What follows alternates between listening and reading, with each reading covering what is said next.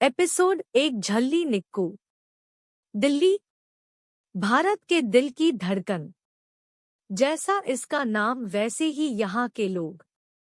यहाँ सभी का दिल बहुत बड़ा है, सिर्फ प्यार के लिए ही नहीं बल्कि नफरत और लड़ाई झगड़े के लिए भी। प्यार हो या जंग, सब दिल से किया जाता है। इसी शहर के एक रईसी इलाके में सुबह सुबह एक 2 मंजिला घर से एक औरत की आवाज सुनाई दे रही थी। ये निक्कू की माँ शंकुतला देवी जी की थी, जो निक्कू को उठा रही थी। माँ ने कहा, निक्कू उठना ता ऑफिस जाए खातिर लेट हो जाबे। सुबेरे के 7:30 बज गइल बा। इनकी भाषा पूरी भोजपुरी है, क्योंकि ये और इनके पति दोनों ही यूपी से थे, जो कई साल पहले दिल्ली शिफ्ट हुए थे। सब बदल गया था, पर इन मोहतरमा की भाषा आज भी नहीं बदली थी। ऊपर के एक कमरे में एक लड़की एक बड़े से टेडी को हक करके सो रही थी, जिसके चेहरे पर हल्की सी मुस्कान और कुछ बालों की लटें उसके चेहरे पर बिखरी हुई थी। यह कोई और नहीं बल्कि निक्कू है, जो दिन दुनिया से बेखबर आराम से बच्चों की तरह सो रही है। जैसे ही उसके कानों में उसकी माँ की आवाज पड़ी, उसकी नींद टूट गई और वो हल्की सी आंख खोलकर घड़ी की तरफ देखने लगी, और जैसे ही उसकी नजर घड़ी के कांटों पर पड़ी, उसकी आंखें एकदम से खुल गई। वो बिस्तर से उतरते हुए खुद में ही बड़बड़ाने लगी, आज तो तू गई, इतनी देर हो गई है। इतना कहते हुए ही वो झट से वॉशरूम में तैयार होने चली गई। इधर नीचे उसकी माँ अपने आप में ही बड़बड़ाते हुए कहने लगी, ही लड़की एकदम में बिगड़ गईल बिया, अभई ले सूतल बिया, उठावलो पर उठत नइखे। तभी रसोई के बाहर से एक आवाज आई, क्या हुआ भगवान, जो सुबह सुबह इतने गुस्से में बड़बड़ाए जा रही हो। वो अभी बच्ची ही तो है, वक्त आने पर सब सीख जाएगी। ये निक्कू के पापा मिस्टर शर्मा जी हैं, जो डाइनिंग टेबल पर बैठे पेपर पढ़ रहे थे। इतने में मिसेस शर्मा वहां टेबल पर नाश्ता लगाते हुए कहने लगी, हाँ हाँ काहे ना, जीवन भर त एजे रहे के बा, बेहा थोड़े ही हुई ओकर। मिस्टर शर्मा बोले, मैंने कब कहा कि उसकी शादी नहीं करेंगी? भई जब होगी तब होगी, पर अभी तो वह पढ़ाई कर रही हैं।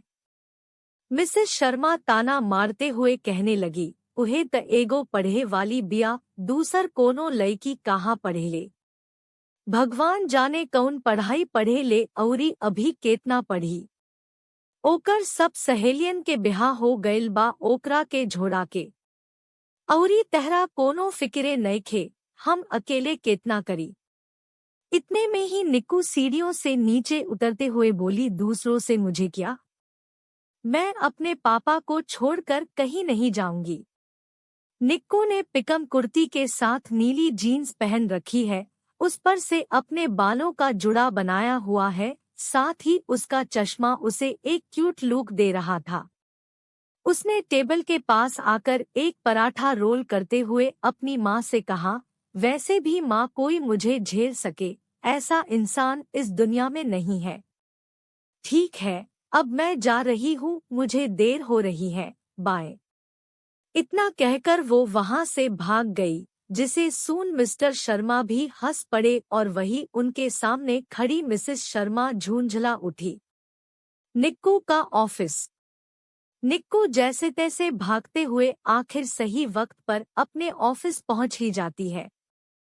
ऑफिस के अंदर निक्कू अपने सभी कलीग्स को गुड मॉर्निंग विश करते हुए अपनी चेयर के पास जा रही थी कि तभी वो टेबल से टकराकर नीचे गिर गई। सब उसे देख हंसने लगे। निक्कू जल्दी से जमीन से उठते हुए खुद को ही डांटते कहने लगी, तू भी ना क्या क्या करती है, एक काम तुझसे ठीक से नहीं होता, खुद का मजाक बनाने का कोई मौका नहीं छोड़ती। ये कहते हुए वो अपने आप को एक टपली मारती है और आकर वो अपने चेयर पर बैठ जाती है। जैसे ही उसकी नजर सामने बैठी टीना पर गई तो वो मन में सोचने लगी, सुबह सुबह इसे क्या हुआ। इतना मुंह क्यों सड़ा रखा है? निक्कू और टीना काफी अच्छे दोस्त थे। इनकी मुलाकात यही ऑफिस में हुई थी और तब से वो हमेशा साथ ही रहते थे। निक्कू ने उससे प्यार से पूछा, ओए, क्या हुआ जो सुबह सुबह ही मुंह सड़ा रखा है? कहीं किसी लड़की ने तेरे रोहित को तो नहीं उड़ा लिया? रोहित टीना का बॉयफ्रेंड है। टीना ने कोई जवाब नहीं दिया, जिसे देख निक्कू हंसने लगी और फिर से पूछा, क्या हुआ तुझे? टीना ने निक्कू की बात को नजरअंदाज करते हुए अपना चेहरा फेर लिया। निक्कू फिर उसके सामने आकर अपने मजाकिया अंदाज में बोली, अगर खता है हमारी तो सजा दीजिए, बस एक बार हुजूर थोड़ा मुस्कुरा दीजिए। इतना कहते ही निक्कू ने उसे आंख मार दी। ये देखकर टीना ने भी बेरुखी से कहा, मैं कौन होती हूँ तुझे सजा देने वाली? तू जा अपना काम कर। और एक बार फिर वो अपना मुंह बना लेती है, जिसे देख निक्कू थोड़ा कन्फ्यूज होते हुए उससे दोबारा पूछती है, अरे बाबा, क्या हुआ है? कुछ बोल भी अब। क्यों इतने गुस्से में है? टीना ने अपनी चुप्पी तोड़ते हुए कहा, जैसे तू मुझे सब बताती है, खुद बिना बताए जा रही है, मुझे छोड़कर, और ऊपर से बड़ी ही भोली बन रही है। हो। निक्कू ने भी आगे कहा, मैं कहीं जा रही हूँ, वो भी तुझे छोड़कर, और मुझे ही नहीं पता, मतलब कमाल है। टीना ने भी उखड़ते हुए कहा, हाँ, तू जा रही है, वो भी कल शाम को ही। ये सुनते ही निक्कू की जोरदार हंसी छुट गई और उसे समझाते हुए कहने लगी, तू तो ऐसे कह रही है जैसे मैं हमेशा के लिए जा रही हूँ। मैं सिर्फ 2 हफ्तों के लिए जा रही हूँ, क्योंकि मेरे कजन की शादी है। मेरी नहीं समझी? बुद्धू। टीना बच्चों की तरह अपना मुंह बनाकर कहने लगी, पर तू जा तो रही है, मैं किसके साथ टाइम स्पेंड करूंगी? निक्कू डॉट ने उसे थोड़ा प्यार जताते हुए कहा, ओ मेरा प्यारा बच्चा, मैं जल्दी आ जाऊंगी। वैसे भी रोहित तो है ना तेरे साथ टाइम स्पेंड करने के लिए। टीना ने निक्कू की बात सुनकर कहा, हाँ बिल्कुल, क्यों नहीं, क्या हुआ? जो तू नहीं है तो बस थोड़े दिन की बात है, पर तू वादा कर कि तू जल्दी आ जाएगी। निक्कू ने आगे कहा, वादा बाबा, मैं जल्दी आने की कोशिश करूंगी, अब काम कर ले वरना बॉस कच्चा चबा जाएंगे। फिर कुछ सोचकर निक्कू उससे बोली, बात रही मिस करने की, तो ये मोबाइल किस लिए है? जब मर्जी कॉल कर लियो।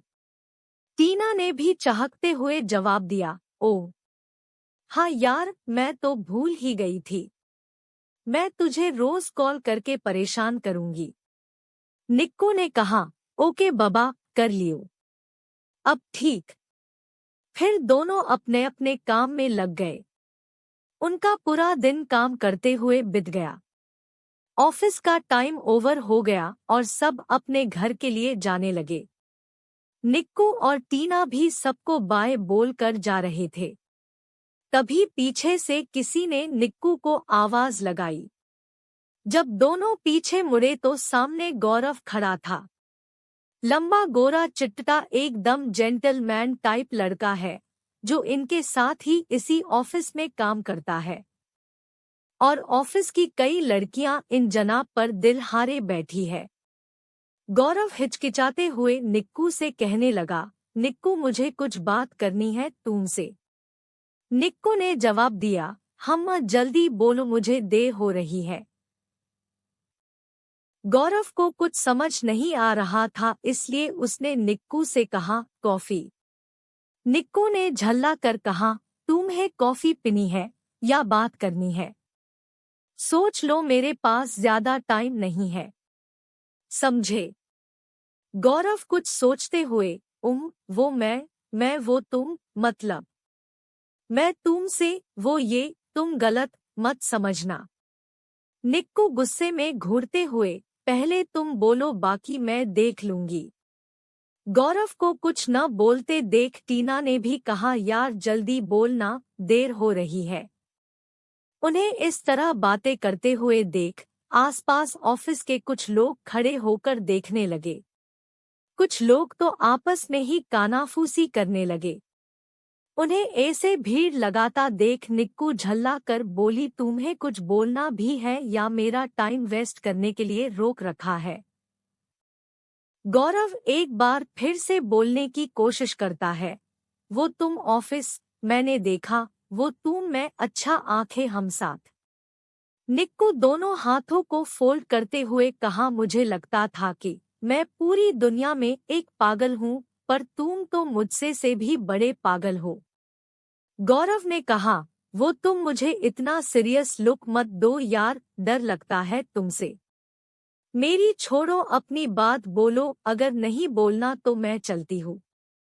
गौरव ने कहा, नहीं ऐसी कोई बात नहीं है, बस 2 मिनट, मैं दोबारा ट्राई करता हूँ। हम्मा करो ट्राई। गौरव अपनी पूरी हिम्मत जुटाते हुए एकदम से वो एक सांस में बोल पड़ा, वो मैंने जब से तुम्हें देखा है तब से मैं एक ही बात बोलना चाहता था कि मैं तुम्हें बहुत ज्यादा पसंद करता हूँ और तुमसे शादी करना चाहता हूँ। ये सुनते ही निक्कू और टीना की आंखें बड़ी हो गई। वो दोनों एक दूसरे को हैरानी से देखने लगे। आसपास के लोगों के तो मुंह खुले के खुले रह गए। वो तो बस अब निक्कू के रिएक्शन का वेट करने लगे। क्या जवाब होगा निक्कू का? क्या वो गौरव को हाँ बोलेगी या उसे मना कर देगी? और निक्कू कहाँ जा रही है 2 हफ्तों के लिए? क्या लिखा है निक्कू की किस्मत में? जाने के लिए पढ़ते रहिए मेरी इस कहानी हुक्कुम रानी सा। एपिसोड 2, शादी का भूत। गौरव की बातें सुन टीना का तो मुंह खुला का खुला रह गया, वहीं निक्कू का तो पारा ही चढ़ गया। निक्कू उसे गुस्से से घूरने लगी, वहीं गौरव के तो पसीने ही छूटने लगे। ऑफिस में सबको यह बात अच्छे से पता है कि निक्कू को ये सारी बातें बिल्कुल भी नहीं पसंद, इसीलिए कोई भी निक्कू के ज्यादा क्लोज नहीं जाते थे। पर आज तो गौरव ने हिम्मत करके अपने दिल की बात बोल ही दी, जो वो इतने दिनों से बोलना चाह रहा था। निक्कू की तरफ से कोई जवाब न आते देख गौरव हिम्मत कर एक बार फिर बोल पड़ा, तुम्हारा जवाब? निक्कू ने गुस्से में पूछा, मेरा नाम क्या है? गौरव ने डरते हुए कहा, निक्कू। पर वो निक्कू ने चिढ़ते हुए तेज आवाज में एक बार फिर पूछा, मेरा पूरा नाम? गौरव डरते हुए जवाब दिया, निकिता कुमारी शर्मा। निक्कू ने तेज आवाज में एक बार फिर से पूछा, और मुझे क्या नहीं पसंद? गौरव डरते हुए जवाब दिया, तुम्हें रिलेशनशिप और शादी की बातें नहीं पसंद। पर निक्कू गुस्से में उसका कॉलर पकड़ते हुए कहा, जब पूरा ऑफिस जानता है तो साला तू कौन सी खेत की मूली है जो मुझे प्रपोज करने आ गया? गौरव को लगभग झकझोरते हुए आगे कहने लगी, साला तुम जैसों की वजह से ही लड़कियां सेफ फील नहीं करती। लड़की देखी नहीं कि लार टपकाने लगते हो। तुम जैसों को तो फांसी पर लटका देना चाहिए। गौरव डरते हुए कहा, पर मैं तो बस तुमसे शादी के लिए पूछ रहा हूँ और तुम ऐसे बोल रही हो जैसे मैं तुम्हें झेड़ रहा हूँ। निक्कू ने उसे वैसे ही कॉलर से पकड़े हुए गुस्से से कहा, साला, मैं यहाँ दिन रात पढ़ाई में लगा रही हूँ कि कलेक्टर बनूं और तू यहाँ मुझे यानी निकिता कुमारी शर्मा को घरवाली बनाने के बारे में सोच रहा है। गौरव ने उसे समझाते हुए कहा, वो तो तुम शादी के बाद भी कर सकती हो। बहुत सी लड़कियां शादी के बाद भी तो अपना सपना पूरा करती हैं। यू डॉग, तुम जैसों के लिए अपने पापा को छोड़कर आऊंगी, सोच भी कैसे लिया? टीना ने बात बढ़ती देख आगे आकर निक्कू का हाथ गौरव के कॉलर से हटाते हुए कहा, छोड़ दे निक्कू, जाने भी दे, आगे से नहीं करेगा। टीना ने कहा, तू चल यहाँ से।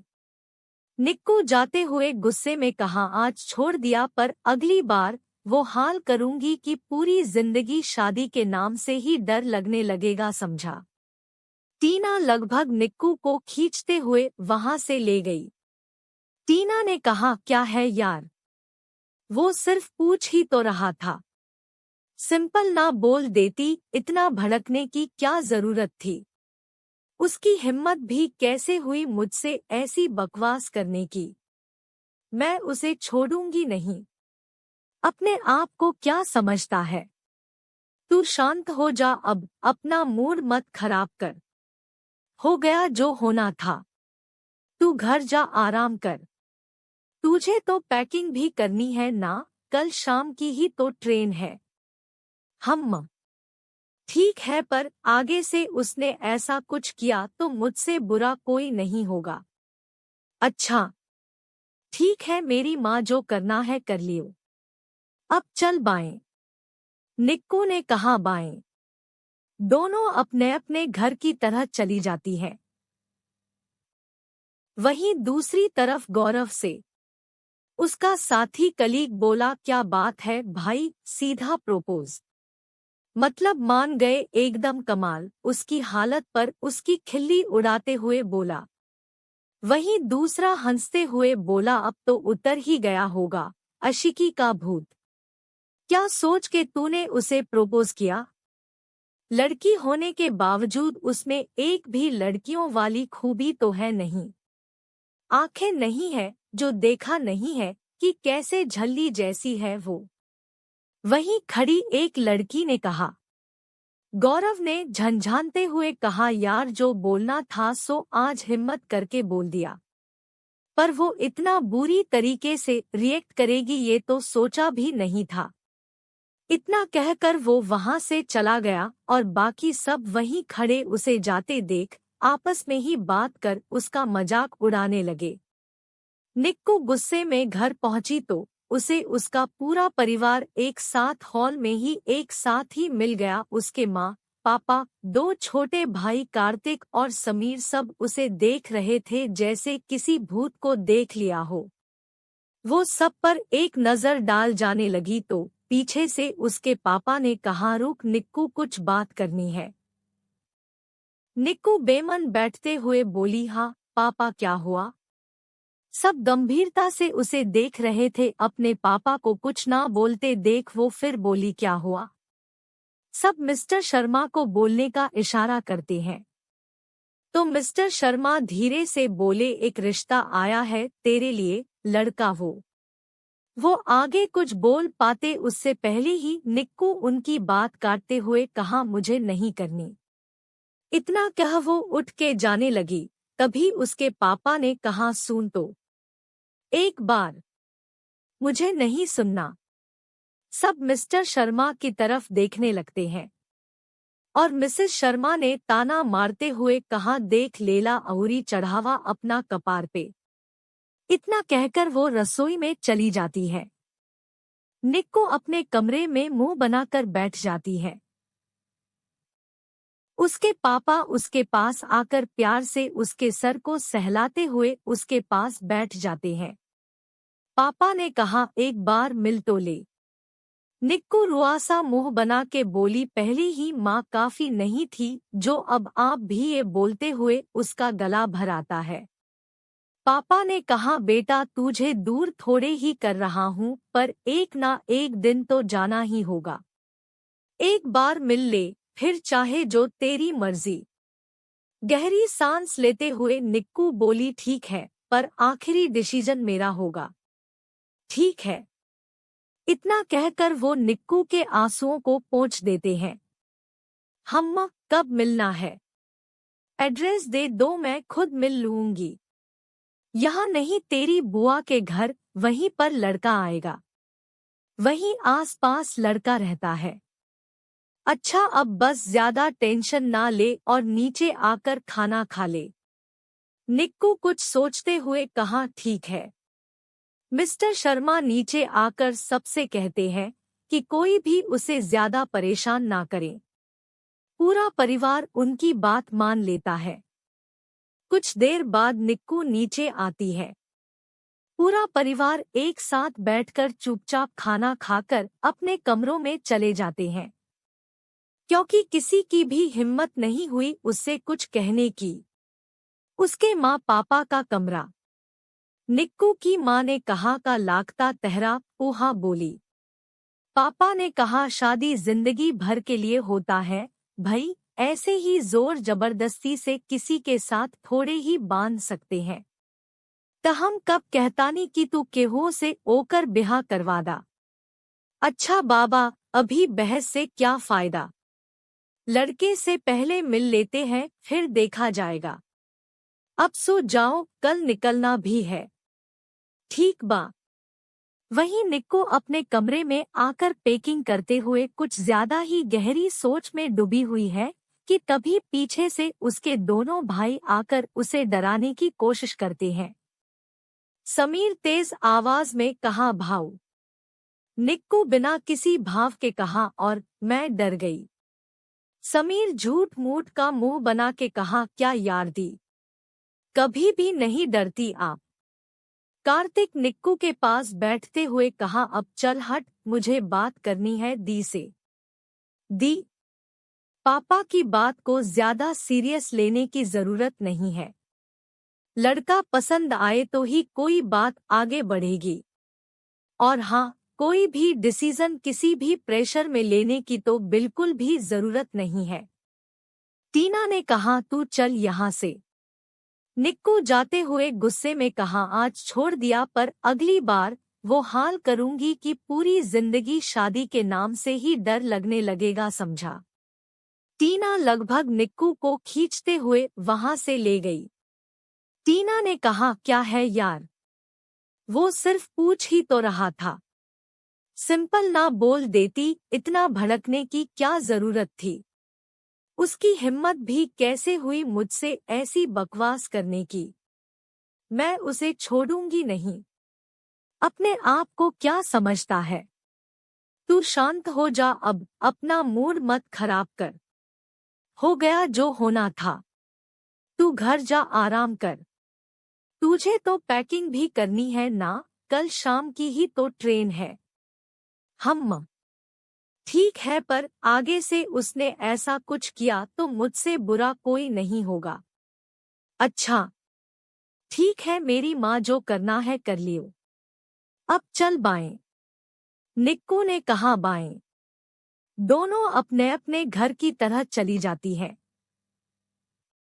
वहीं दूसरी तरफ गौरव से उसका साथी कलीग बोला क्या बात है भाई, सीधा प्रोपोज, मतलब मान गए, एकदम कमाल। उसकी हालत पर उसकी खिल्ली उड़ाते हुए बोला। वहीं दूसरा हंसते हुए बोला अब तो उतर ही गया होगा आशिकी का भूत। क्या सोच के तूने उसे प्रोपोज किया। लड़की होने के बावजूद उसमें एक भी लड़कियों वाली खूबी तो है नहीं। आंखें नहीं है जो देखा नहीं है कि कैसे झल्ली जैसी है वो। वहीं खड़ी एक लड़की ने कहा। गौरव ने झंझानते हुए कहा यार जो बोलना था सो आज हिम्मत करके बोल दिया, पर वो इतना बुरी तरीके से रिएक्ट करेगी ये तो सोचा भी नहीं था।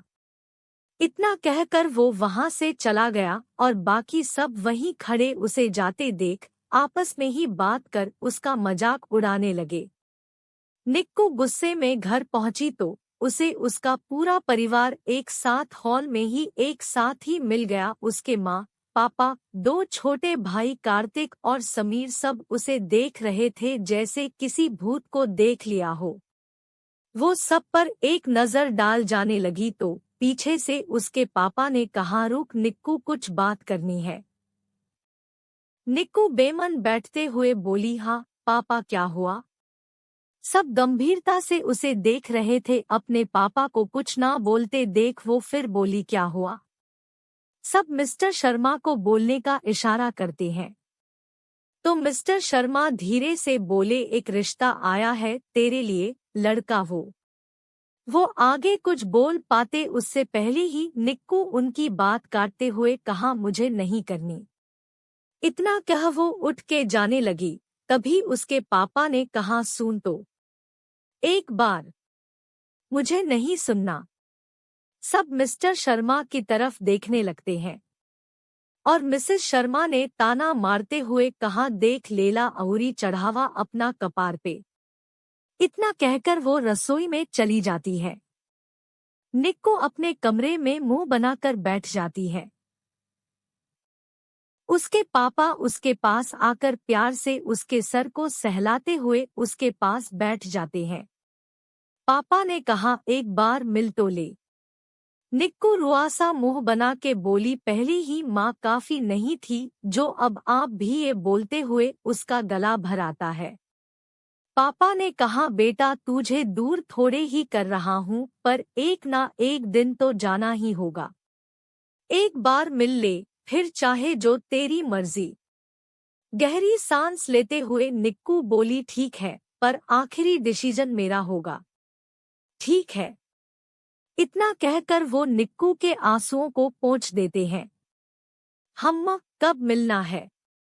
एड्रेस दे दो, मैं खुद मिल लूंगी। यहाँ नहीं, तेरी बुआ के घर, वहीं पर लड़का आएगा। वहीं आसपास लड़का रहता है। अच्छा, अब बस ज्यादा टेंशन ना ले और नीचे आकर खाना खा ले। निक्कू कुछ सोचते हुए कहा, ठीक है। मिस्टर शर्मा नीचे आकर सबसे कहते हैं कि कोई भी उसे ज्यादा परेशान ना करे। पूरा परिवार उनकी बात मान लेता है। कुछ देर बाद निक्कू नीचे आती है। पूरा परिवार एक साथ बैठकर चुपचाप खाना खाकर अपने कमरों में चले जाते हैं, क्योंकि किसी की भी हिम्मत नहीं हुई उससे कुछ कहने की। उसके माँ पापा का कमरा। निक्कू की माँ ने कहा, का लागता तहरा ऊहा बोली।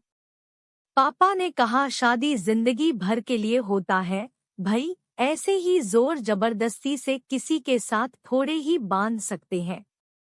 त हम कब कहतानी कि तू केहू से ओकर बिहा करवादा। अच्छा बाबा, अभी बहस से क्या फायदा। लड़के से पहले मिल लेते हैं, फिर देखा जाएगा।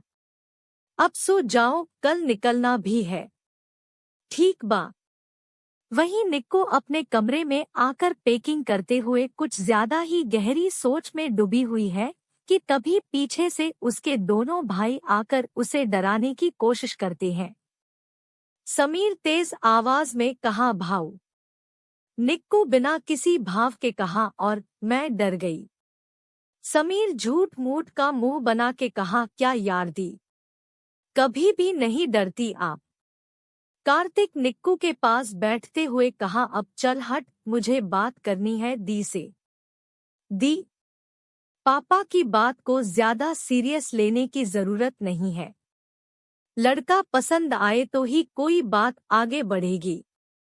और हाँ, कोई भी डिसीजन किसी भी प्रेशर में लेने की तो बिल्कुल भी जरूरत नहीं है। समीर ने कहा, दी मिलने के बाद बस एक बार अपना डिसीजन बोल देना, हम दोनों मिलकर देख लेंगे उस लड़के को। निक्को मुस्कुराते हुए कहा, तुम दोनों इतना सेंटी क्यों हो रहे हो? मैं पापा की बेटी नहीं बेटा हूँ। उसे तो मैं अकेले ही देख लूंगी। तुम दोनों मुझसे छोटे हो, तो तुम दोनों इन सब चीजों की टेंशन ना लो। पापा है ये सब देखने के लिए। अब तुम दोनों अपने कमरे में जाकर सो जाओ। निक्कू कुछ सोचते हुए कहा, तुम जो भी हो, मुझसे मिलने के बाद मुझे पूरी जिंदगी नहीं भूलोगे। तुम्हारे वजह से मुझे बिना मन तुमसे मिलना पड़ रहा है। यही सब सोचते हुए निक्कू सो जाती है। क्या चल रहा है निक्कू के दिमाग में? किस लड़के के रिश्ते की बात हो रही है निक्कू से? क्या फैसला होगा निक्कू का उस लड़के से मिलने के बाद? जानने के लिए पढ़ते रहिए हुकुम रानीसा। एपिसोड 3, रिश्तों का भंवर। निक्कू पैकिंग करके अपने बिस्तर पर लेटकर कुछ देर सोचते सोचते थोड़ी देर में सो गई। अगली सुबह निक्कू का पूरा परिवार सुबह से ही पैकिंग और तैयार होने में दोपहर के 3 बजा देता है। फिर निक्कू के पापा वक्त देखते हुए बोले, अरे भाई चलना भी है या नहीं? 6 बजे की ट्रेन है और तुम लोगों का अब तक सजना संवरना नहीं हुआ। जल्दी करो तुम सब। कार्तिक ने कहा, पापा हम दोनों तो कब से तैयार हैं। पर माँ और दीदी ही टाइम लगा रही है। समीर ने कहा, हाँ पापा। मिस्टर शर्मा ने कहा, अच्छा अच्छा ठीक है, तुम दोनों ये सारा सामान कैब में रखो, मैं उन दोनों को लेकर आता हूँ। निक्कू अपने कमरे में खड़ी अपना कमरा निहार रही थी। उसे आज अपने कमरे से जाते हुए कुछ अजीब सी बेचैनी हो रही थी। निक्कू ने अपने मन में कहा, यार ये अजीब सा क्यों लग रहा है, जैसे मैं दोबारा यह सब चीजें वापस नहीं देख पाऊंगी। निक्कू ने अपना सिर झटकते हुए कहा, तू भी क्या बकवास बातें सोच रही है। कुछ दिन में ही तो तू वापस आ जाएगी। फिर वो अपना सामान लेकर नीचे चली गई। वहीं मिस्टर शर्मा अपने कमरे में आते हुए कहा, कितना वक्त लगता है तैयार होने में मोहतरमा? मिसेस शर्मा ने कहा, हाँ हाँ बस हो गई बा, तू चला हम आवा तानी। ठीक है चलो। बाहर आते हुए उन्हें निक्कू नीचे आते दिख जाती है। निक्कू ने कहा, पापा सारा सामान कैब में रख दिया गया है क्या? मिस्टर शर्मा ने कहा, हाँ बस तू चल। ठीक है पापा। हम्मा चलो भगवान। मिसेस शर्मा बोली, आ तगईनी अब चला। सब बाहर निकल जाते हैं तो मिस्टर शर्मा घर को लॉक कर देते हैं। फिर पूरा परिवार कैब में बैठकर की स्टेशन की तरफ चल देते हैं। स्टेशन पहुंचने के बाद पूरा परिवार रामपुर के लिए चल पड़ता है। ट्रेन जैसे जैसे आगे बढ़ रही थी, निक्कू की भी बेचैनी बढ़ रही थी। उसे ऐसा लग रहा था जैसे कुछ उसका पीछे छूट रहा हो। 18 घंटे के सफर के बाद पूरा परिवार रामपुर सुबह के 10 बजे पहुंचता है। उसके बाद वो टैक्सी पकड़कर मिस्टर शर्मा की बहन के घर पहुंचते हैं। मिस्टर शर्मा की बहन के घर में काफी चहल पहल है। पूरा घर मेहमानों से भरा हुआ है। घर को दुल्हन जैसा सजाया गया है, जो देखते ही बन रहा था। हर जगह फूल और लाइटें लगी हुई है। मिस्टर शर्मा को देख उनकी बहन दौड़ते हुए आई और कहने लगी, आ गए आप भैया, मैं कब से इंतजार कर रही थी। फिर वो अपने भाई के पैर छूकर उनका आशीर्वाद लेती है। सब एक दूसरे से मिलकर काफी खुश थे। पूरे घर में एक अलग ही रौनक लगी हुई है। जिसे देखो बस शादी की भाग दौड़ में ही लगा हुआ है। निक्कू भी अपने सारे कजन से मिलकर काफी खुशी हो रही थी, क्योंकि वो काफी टाइम बाद सबसे मिली है। निक्कू को सब नजर आए सिवाय वदन्ना के, इसलिए निक्कू यहाँ वहाँ उसे ढूंढने लगी कि तभी वो किसी से टकरा गई। निक्कू लत से कराते हुए कहा, हाँ दिखाई नहीं दे रहा क्या? मुझे तो दिख रहा है, पर शायद तुझे नहीं दिख रहा है। ये सुनते ही उसके चेहरे पर एक बड़ी सी समाइल आ गई और वो चहकते हुए बोली, शीतल दी आप? हाँ मैं बुद्धू, और कौन? दोनों बहनें एक दूसरे को एक टाइट हक करती हैं। शीतल वदना की बड़ी बहन है। जहाँ निक्कू की दोनों बहनों से बनती है, वहीं उन दोनों की आपस में ही नहीं बनती।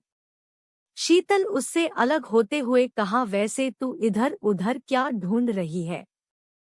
निक्कू मुंह बनाते हुए कहा, मैं तो बस वधू को ढूंढ रही थी।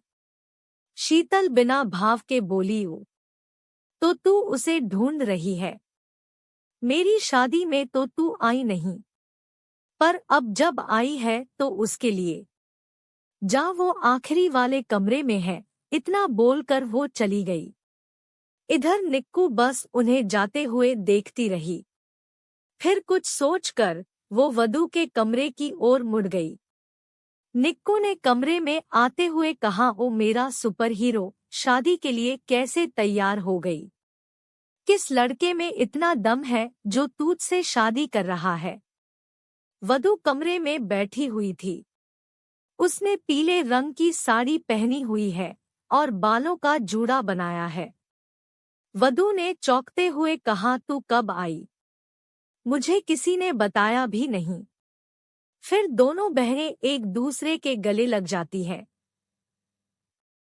निक्कू ने शरारती अंदाज में कहा, कभी लगती है दादी अम्मा तो कभी डांटती जैसे हो मेरी मम्मा, कभी गुस्सा हो रूठ जाती तो कभी प्यारा से पास बुलाती, कभी टप टप आंसू बहाती तो कभी मंद मंद मुस्काती, दिल की बड़ी ही नेक है, सच कहूँ तो मेरी बहना लाखों में एक है।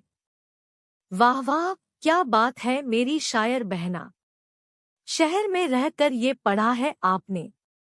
अरे यार वधू, मैं तो पैदा ही शायराना मिजाज लेकर हुई थी। अच्छा मेरी छोड़, तू अपनी बोल, शादी इतनी जल्दी क्यों? और लड़का कौन है? तूने लड़के से बात की? लड़के का बिहेवियर कैसा है? उसका नाम क्या है? कहाँ रहता है? क्या काम करता है? दिखाने में कैसा है? काला है कि गो?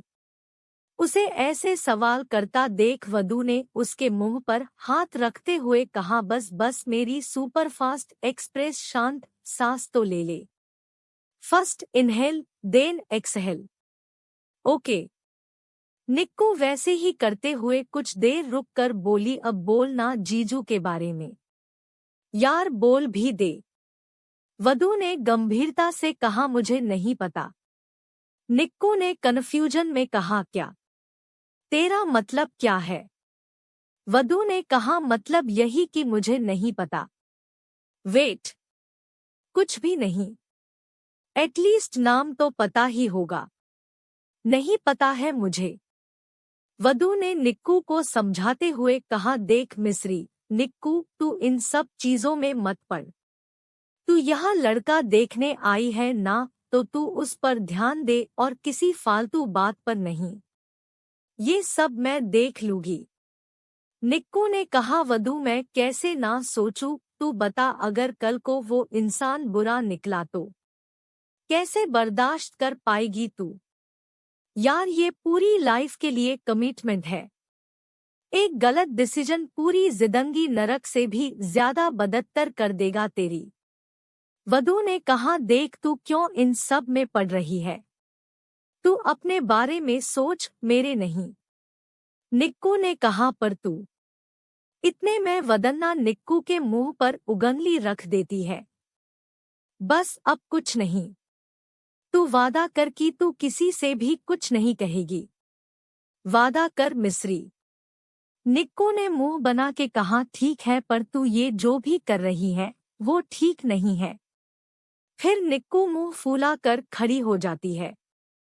निक्कू को ऐसे मुंह बनाए देख मोहाल को कुछ ठीक करने के लिए वधू कुछ सोच कर बोली, जब कभी उलझने आती है मेरी बहन यूं ही सुलझा देती है।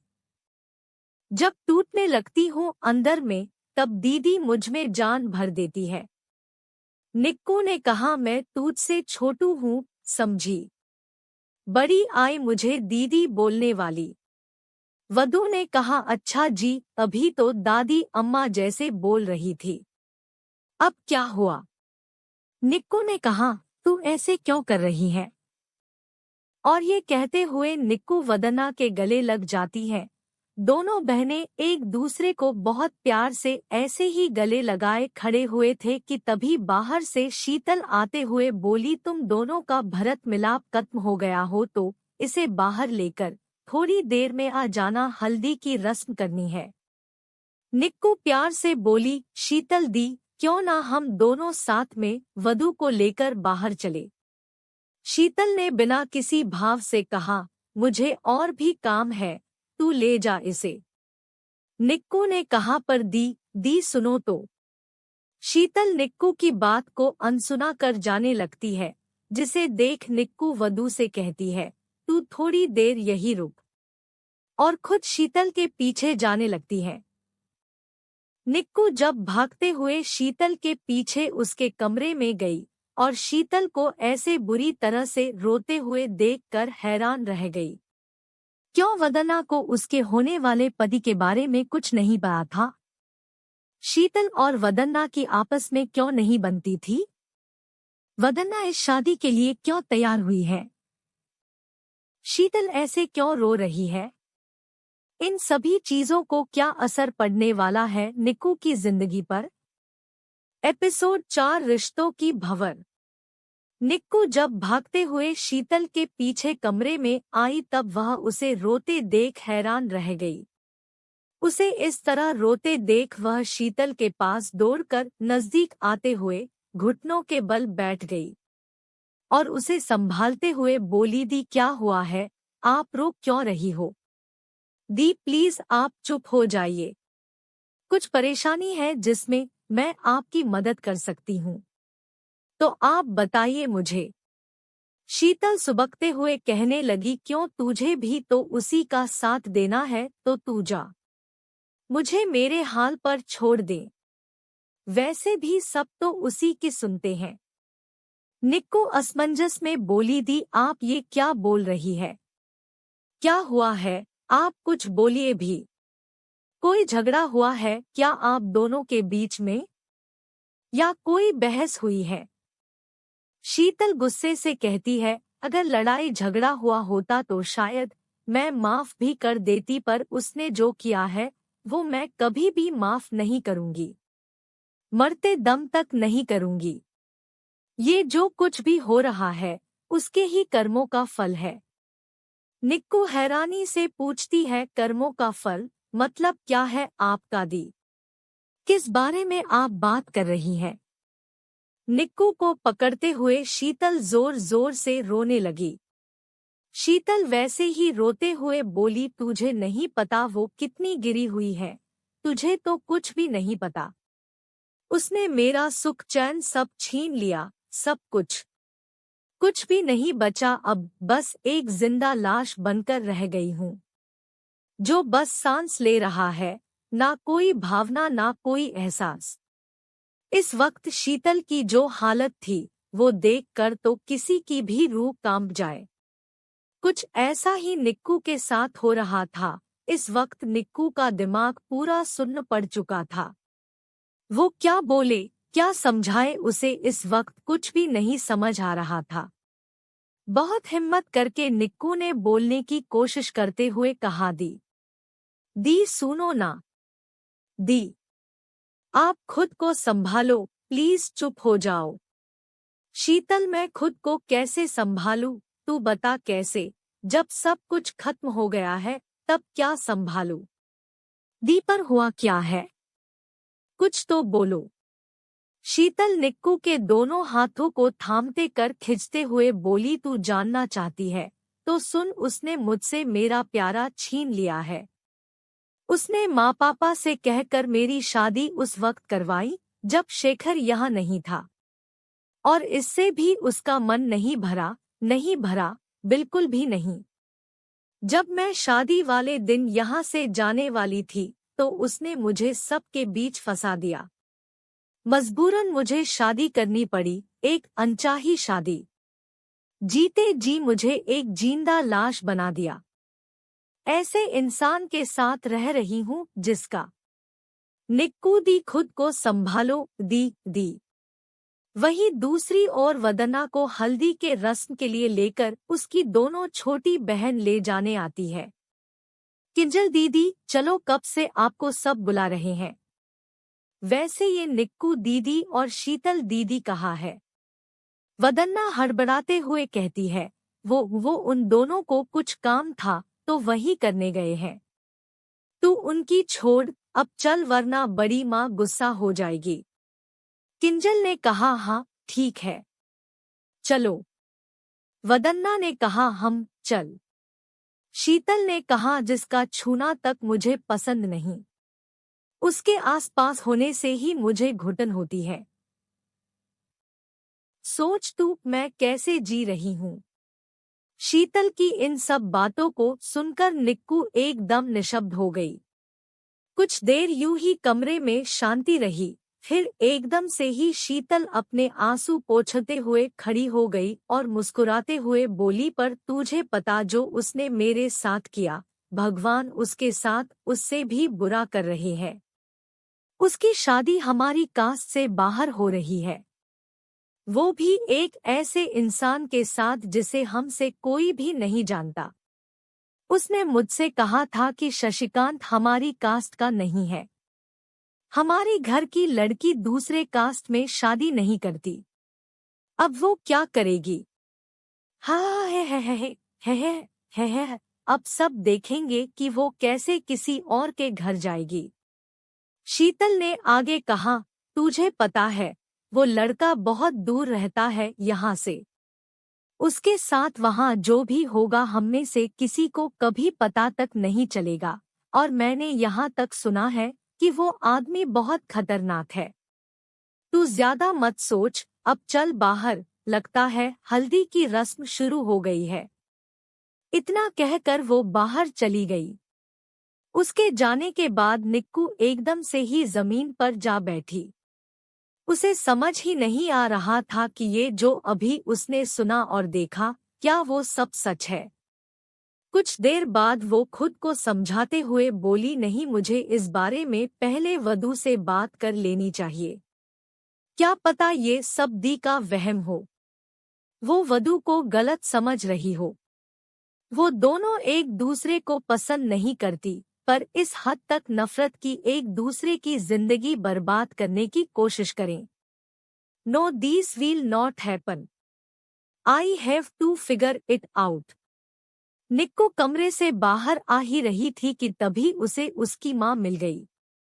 निक्कू ने उन्हें देखकर कहा, माँ आप यहाँ क्या कर रही हैं? मिसेस शर्मा ने कहा, ते एजा का कराता रे, सब कहू बहरी बा अतः एजा। निक्कू, माँ मैं वो दी से मिलन आई थी बस। वैसे कुछ काम है क्या? ना, तय बहरी चल हरदी लगावल जाता। माँ चलो, मैं दी को लेकर आती हूँ। कोनो जरूरत नहीं खे, किंजल पहले ही लेके चल गईल दिया। अब बस ते चल। ठीक है माँ, निक्कू हल्का सा मुस्कुराकर बोली। निक्कू के मन में इस वक्त जैसे सवालों का तूफान उठ रहा था। वो बस ये ही सोच रही थी कि कब उसे वधू से अकेले बात करने का मौका मिलेगा। निक्कू जब अपनी माँ के साथ बाहर आंगन में आई तो उसने देखा कि हल्दी की रस्म शुरू हो चुकी है। वधू मंडप में बैठी है, औरतें उसे हल्दी लगा रही हैं। वहीं कुछ औरतें गाना गा रही हैं। सोने के कटोरवा में पिसल, हरदी अम्मा लहे लहे। हल्दी लगावे, चटकार अम्मा लहे लहे। आज शुभ दिनवा के, सोनवा लुटावे अम्मा लहे लहे। हरदी लगावे भौजी, मटकी जे मारे भौजी। आज शुभ दिनवा के, सोनवा लुटावे भौजी, देवर से लेवे ली लहर भौजी लहे लहे। हरदी लगावे बहिनी, मुस्की जे मारे बहिनी। आज शुभ दिनवा के, सोनवा लुटावे बहिनी, चमकेला सोरहो सिंगार बहिनी लहे लहे। सोने के कटोरवा में पिसल, हरदी अम्मा लहे लहे। हल्दी लगावे, चटकार अम्मा लहे लहे। सभी औरतें वदन्ना को हल्दी लगा रही थी। हल्दी लगने के बाद सबका खाने पीने का कार्यक्रम शुरू हुआ। हर तरफ खुशी बिखरी हुई थी, पर इस बात से अनजान कि किसी के मन में तूफान चल रहा है। निक्कू भी सबके साथ खाना खाने के बाद कमरे में खिड़की के पास खड़ी बाहर खाली आसमान देख रही थी कि तभी पीछे से किसी ने उसे पकड़ लिया। निक्कू ने चौंकते हुए पूछा, कौन है? पहचानो कौन है? प्यारी सी आवाज में एक लड़की बोली, जिसकी आवाज सुन निक्कू के चेहरे पर एक बड़ी सी मुस्कान आ गई। निक्कू ने कहा, हो तो तू है, छुटकी मुझे डराने आई है। खुशबू वदन्ना की सबसे छोटी बहन है, उसने मुंह बनाते हुए कहा, क्या दीदी, आप तो डरती ही नहीं। निक्कू चिढ़ाते हुए बोली, जा जा, तुझसे कौन डरेगा। खुशबू मुंह बनाते हुए बोली, जाओ, मैं आपसे बात नहीं करूंगी। निक्कू कान पकड़ते हुए उससे बोली, अच्छा बाबा, सॉरी, अगली बार से जरूर डरूंगी। खुशबू ने कहा, जरूरत नहीं है, मैं तो बस ये बोलने आई थी कि कल आपको देखने लड़के वाले आ रहे हैं। आप सुबह तैयार हो जाना, मैं अब जा रही हूँ, आप सो जाओ। निक्कू ने उसे रोकने के लिए कहा, अरे पर सुन तो। खुशबू निक्कू के रोकने से पहले ही कमरे से बाहर चली गई। निक्कू को अचानक याद आया कि इन सब चक्करों में वो अपने रिश्ते वाली बात तो भूल ही गई थी। निक्कू खुद से बोली, कल सुबह मुझे 2 काम करने हैं। पहला उस लड़के से मिलना है और दूसरा वधू से बात करनी है, जो मैं आज नहीं कर पाई। यही सब थोड़ी देर सोचने के बाद वो सो जाती है। सिक्कर, राजस्थान। करीब रात के 1 बजे घने अंधेरे में एक सुनसान सड़क के बीचों बीच एक काले रंग की गाड़ी खड़ी था, जिस पर एक लंबा चौड़ा आदमी बड़े ही आराम से गाड़ी की बोनट पर लेटा हुआ था। उसी सड़क पर ठीक दूसरी तरफ से एक ट्रक और उसके साथ कुछ गाड़ियां भी आ रही थी कि तभी उनकी नजर सामने लेटे हुए आदमी पर पड़ी, जिसे देख वो गाड़ी का हॉर्न बजाने लगे। उनके हॉर्न का जब कोई भी असर नहीं हुआ तब उनमें से एक आदमी उसके ऊपर चिल्लाता हुआ बोला, रे छोरे, तन्ने सुनाई कोनी देरा, मन्ने अट्ठे से जाना से रास्ता छोड़ मारा। आदमी ने कहा, तो जाना भाया मारे से के बोल रहा से, तन्ने जाना से तो तू देख ले, पर मारे बस की कोनी, यो मारे सोने का वक्त से। ओह, इतना कहकर गाड़ी पर सोया आदमी एक आलस से भरी अंगड़ाई लेता है। ये देख सामने के सारे लोग आग बबूला हो जाते हैं। फिर उनमें से वही आदमी बोला, लागे है तन्ने थारी जिंदगी कोनी प्यारी, तभी तू मारा रास्ता रोक रहा से, मन ने रोक के तू अपनी मौत ने बुला रहा से। आदमी गुरूर से मुस्कुराते हुए बोला, तो बुला ले, मन ने भी देखना से कि वह दिखे किस तरिया है, क्योंकि मारा भी बचपन से बस यो एक ही सपना से कि मैं अपनी मौत ने एक बार देखूं। गुस्से में ट्रक वाला आदमी उस आदमी की तरफ बढ़ता है। उसके पास पहुंचकर वो जैसे ही उस पर बंदूक तानता है, वैसे ही वहां एकदम से चारों तरफ लाइट जल जाती है। वो सामने लेटे हुए आदमी को देखकर एकदम से ही चौंक जाता है और उसके मुंह से एकदम से ही निकलता है, ठाकुर सा। वदन्ना का क्या जवाब होगा निक्कू के सवालों का? कौन आ रहा है मिलने निक्कू से? क्या जवाब होगा निक्कू का रिश्ते के लिए? कौन है ये ठाकुर सा? जानने के लिए पढ़ते रहिए हुकुम रानी सा। एपिसोड 5, वदन्ना का सच। ठाकुर सा। गाड़ी पर बैठे उस आदमी के चेहरे पर जैसे ही रोशनी पड़ी, ट्रक वाला आदमी और उसके बाकी के साथियों के होश ही उड़ गए। उन सब को देखकर ऐसा लग रहा था जैसे उन सब ने यमराज को ही देख लिया हो। उन सभी के पसीने छूट रहे थे। वो सब इतने डरे हुए थे कि डर के मारे वैसे ही जम गए। किसी की भी हिलना तो दूर, सांस भी लेने की हिम्मत नहीं हो रही थी। वो आदमी जिसने आगे बढ़कर थोड़ी देर पहले बंदूक तानी थी, उसके हाथों से उसकी बंदूक डर के मारे गिर गई और वो बस अब घुटनों के बल जा बैठा। ठाकुर सा रौब के साथ बोला, के हुआ, थोड़ी देर पहले तो तू मन ने मौत से मिलवारा से, अब यो मारे सामने घुटनों के बल के वास्ते बैठा से तू। साकेत। साकेत ने कहा, मन ने माफ कर दो ठाकुर सा, जे मैं अपने कौनी पहचान सका। और थे बात रही मारी थारे सामने झुकने की, तो मन ने अच्छे से पता से कि आप एकले कौनी आए, तो यो बात तो तय से कि आज मारी मौत पक्की से। ठाकुर सा ने कहा, हूँ घड़ा समझदार से तू। चल मैं तन्ने एक मौका दे दियो, मन्ने व राठौड़ ने सारे काले कारनामे का सबूत चाहिए। जय तन्ने दे दियो तो मैं तन्ने जाने दूं अट्ठे से वो भी जिंदा। साकेत ने एकदम से कहा, मन्ने मरने से कौनी डर लागे है। और जय बात रही सबूत की तो मारा ईमान इता सस्ता कौनी की आप खरीद सको ठाकुर सा। यो बहस से अच्छा से कि आप मन्ने गोली मार देओ। ठाकुर सा एक खतरनाक मुस्कान के साथ बोले, घड़ा जल्दी में से तू मरना तो तन्ने एक दिन से, पर आज कौनी। कर्मवीर रुद्र। कर्मवीर की पीछे से आवाज आई, जी ठाकुर सा। रुद्र ने भी कहा, जी भाई सा। कर्मवीर ठाकुर सा का बॉडीगार्ड है और रुद्र ठाकुर सा का छोटा भाई।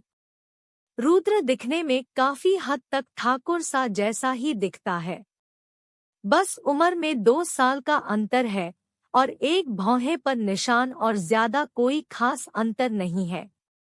अगर कोई ज्यादा ध्यान ना दे तो पहचानने में धोखा बड़े आराम से खा सकता है। ठाकुर सा ने कहा, इन सब ने ले जाओ और अच्छे तरिया से या सब ने खातिर करो। कर्मवीर और रुद्र उन सब आदमियों को लेकर चले जाते हैं। ठाकुर सा ने आगे कहा, धर्म यश, तुम दोनों यो सारा ट्रक का माल ठिकाने लगा दो।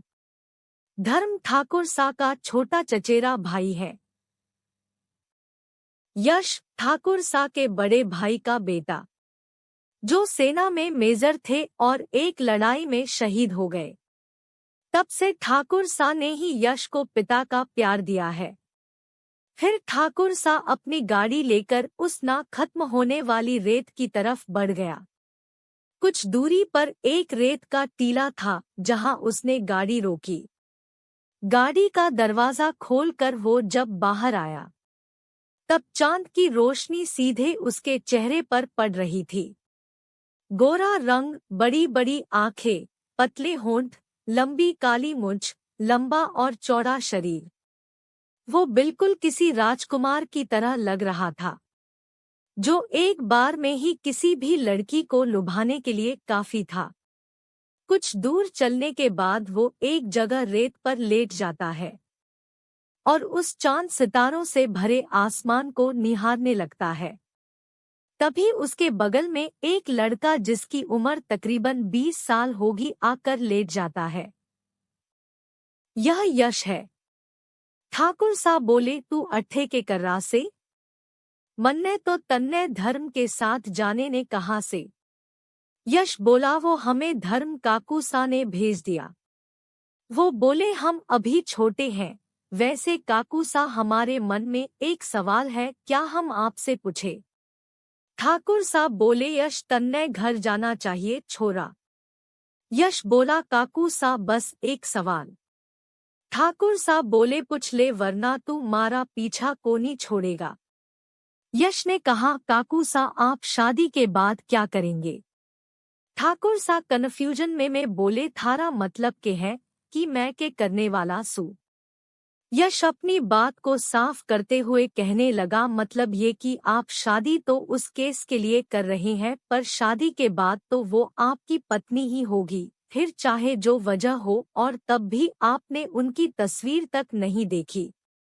ठाकुर सा गुस्से में बोले, तन्ने घर जाना चाहिए से छोरा। रात काफी हो गई से। ठाकुर सा बोले, जा। यश ने मायूस होकर कहा, ठीक है।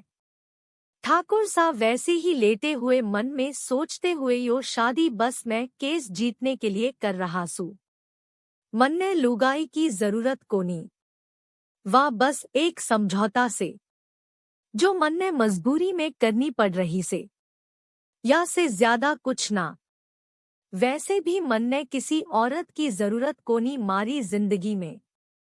और फिर अपनी आंखें बंद कर लेता है। रामपुर। अगली सुबह निक्कू सुबह सुबह ही उठकर तैयार हो जाती है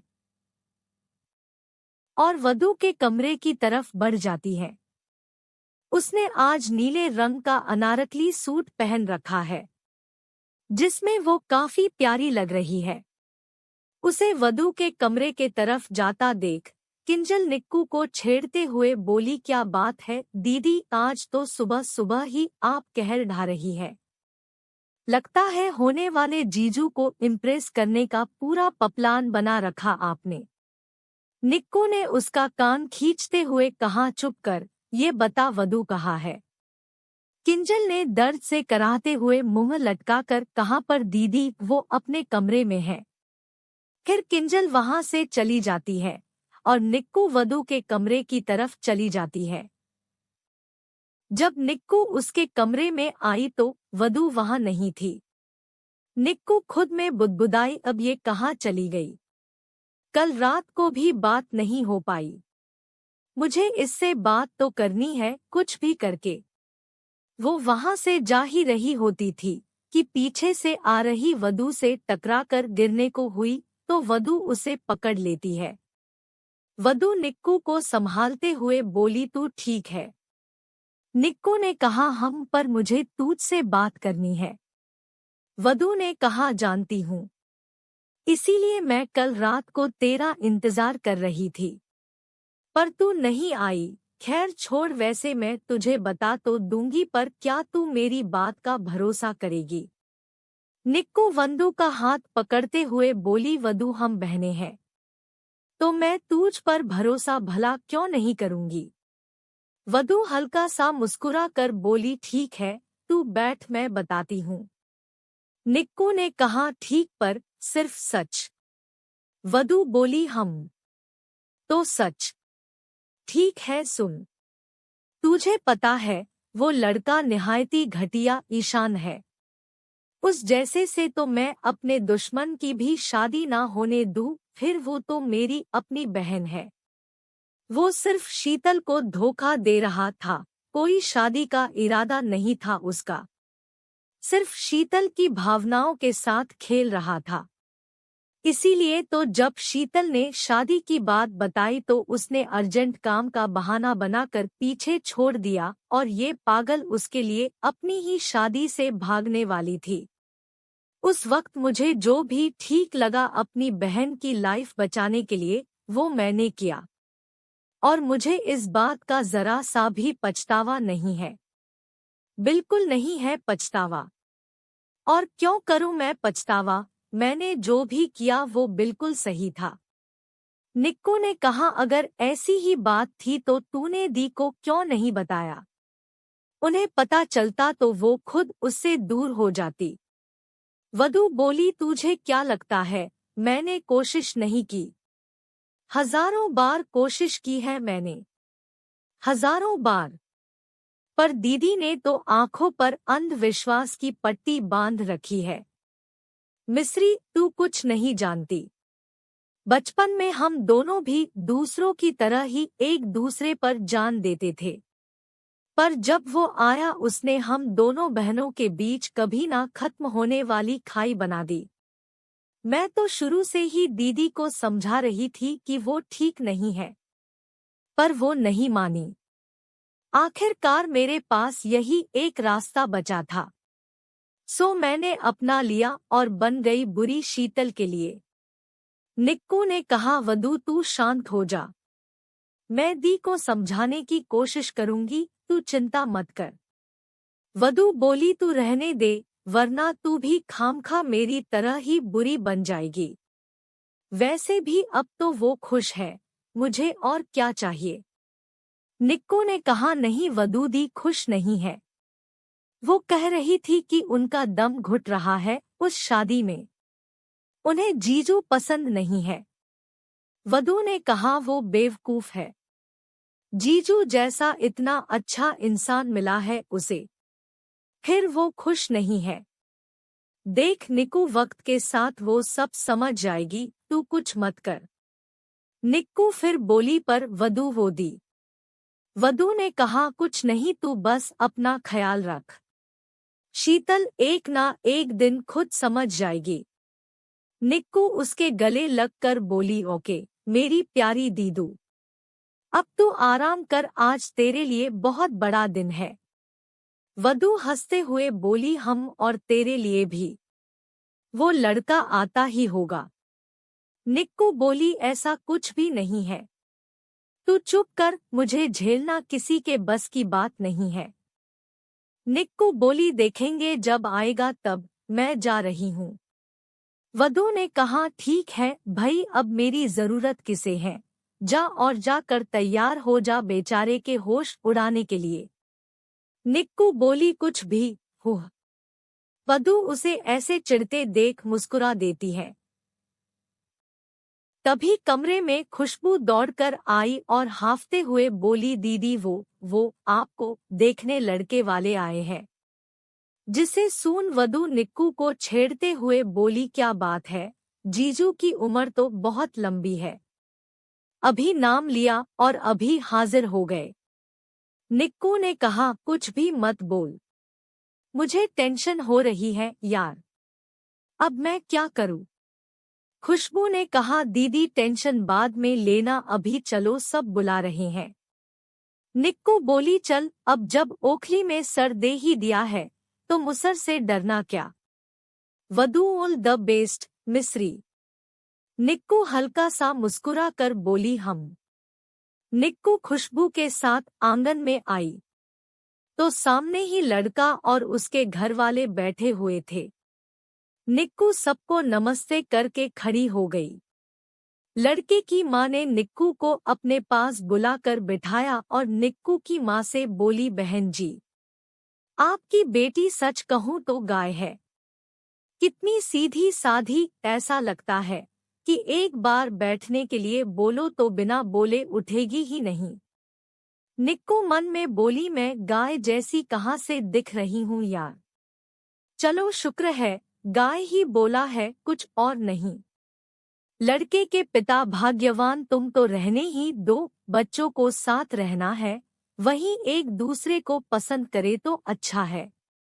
फिर निक्कू के पापा के तरफ देखकर बोले, भाई साहब आपको तो कोई एतराज नहीं ना अगर बच्चे अकेले में बात करे तो। मिस्टर शर्मा निक्कू की तरफ देखते हुए बोले, अरे नहीं नहीं, मुझे क्या एतराज होगा भाई साहब, ठाकुर साहब को औरतों से क्या परेशानी है। किस केस के लिए ठाकुर साहब शादी कर रहे हैं और किससे? क्या निक्कू का ये रिश्ता हो पाएगा? निक्कू का क्या फैसला होगा? जानने के लिए पढ़ते रहिए हुकुम रानी सा।